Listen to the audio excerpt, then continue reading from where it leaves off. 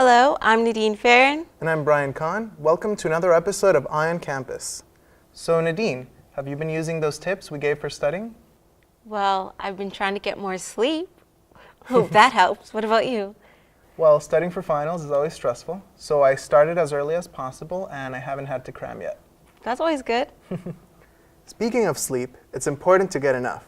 You don't want to walk into an exam feeling like the living dead. Well, Brian, you've had some recent experience with the living dead, haven't you? Yes, actually. A couple of weeks ago, we had a zombie apocalypse right here on campus. Let's see what happened.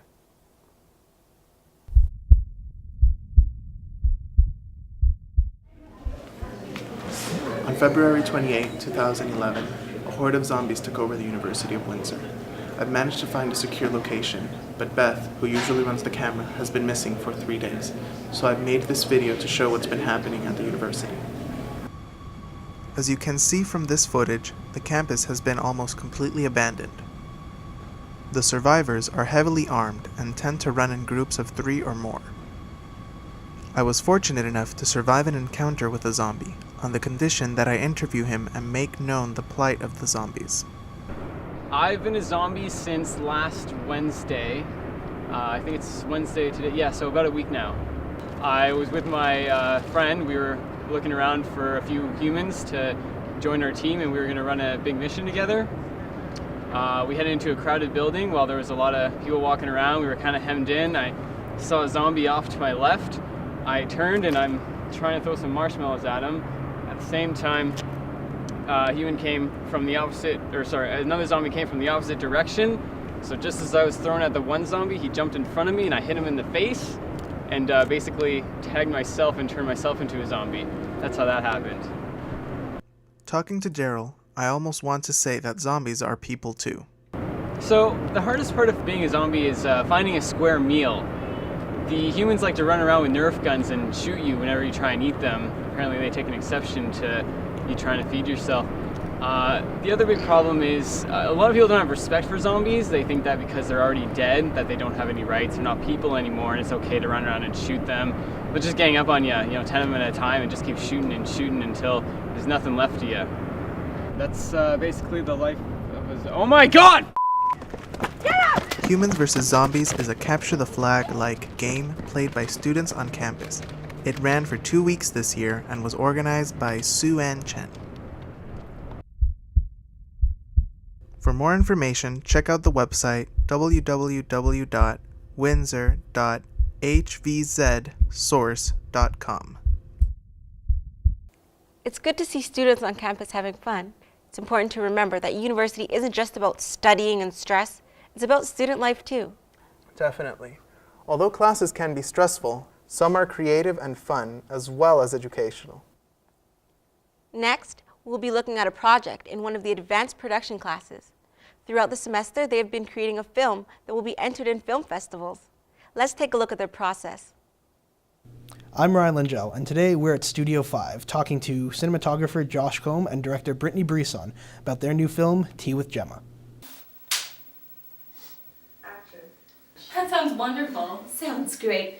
I know I could use the practice. My movie is called Tea with Gemma, and it's about a young girl. She's probably in her 20s, and she's throwing a tea party for her friends, and throughout the film you slowly start to notice that this tea party isn't exactly what it seems to be. Brittany spoke to us about the inspiration behind Tea with Gemma's story. I come from a British background. On my mom's side, my grandpa came from England, and so I've always been surrounded by tea and that sort of thing. Like, we always had like tea, and like after dinner or like Christmas, Thanksgiving, anything, there would always be tea. So always like my aunts and uncles, they collect teapots and like teacups. So I've always just sort of had this idea of making a movie about a tea party. And then slowly it just started to become more and more creepy as it evolved. Fellow classmate Josh Combe, originally set to be a gaffer, volunteered to handle cinematography on the film. So I got assigned to the gaffer position, which I was fine with. I was happy with it. But then as the weeks went by, well, it was probably only about 1 week, we still hadn't found a cinematographer for the film.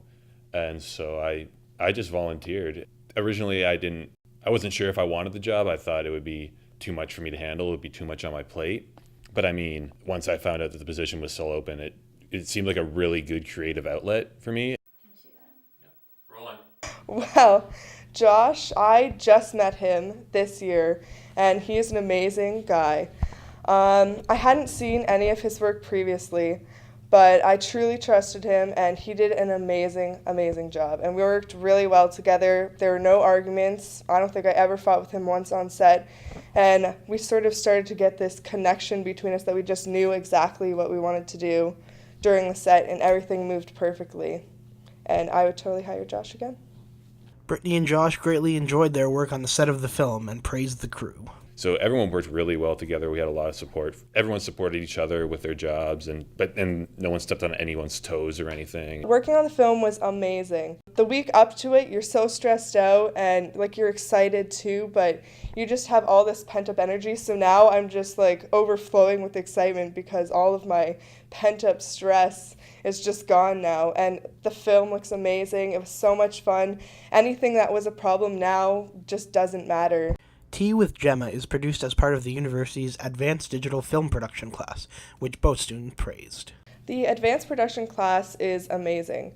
Once you get into it, first of all, just being able to have the better equipment and being able to use the studio, and there's a green screen now, and we have the theater set up, just everything kind of gets kicked up to another level. And then you make new contacts, like just from making my film, I have made so many new contacts from people in Toronto asking me to like see the film, and having friends that have moved on from advanced production wanting to see it and show their friends, and just making friends in the program itself and finding actors, and like you just build up contacts, and that's really what you need.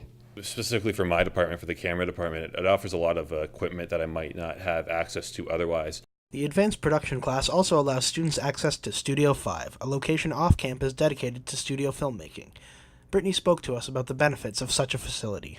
Just being able to use the actual equipment and touch it and see it before you go into the field helps immensely. Cut. Admission to advanced production classes is available through portfolio only, so all you first-year students, start building your body of work now. For Eye on Campus, I'm Ryan Lingell. This film, as well as others, will be showing at the University of Windsor Film Festival. And when is it? It will be on April 21st at 1 p.m., held at the Capitol Theater. I'm definitely going to that. It's going to be great. Since we're going into the summer, I know most of you are looking for a job. So our tips for this week are on how to improve your resume. Number 1, keep in mind that your resume is a marketing tool. It's a brochure all about yourself. Number 2, spell check the old-fashioned way. Spelling and grammar errors make it seem like you don't pay attention to detail. So always spell check using a dictionary. Number 3, put your resume in reverse chronological order, meaning put your newest jobs at the top, and be sure to always include the dates of all the jobs that you've had. Number 4, simplify your language. Keep your sentences short and don't worry about fragments. Number 5, use buzzwords. Words such as fully credentialed, managed, certified. These words will always be welcomed by employers. We wish you all luck on your final exams, and we hope that you tune in for another episode of Eye on Campus.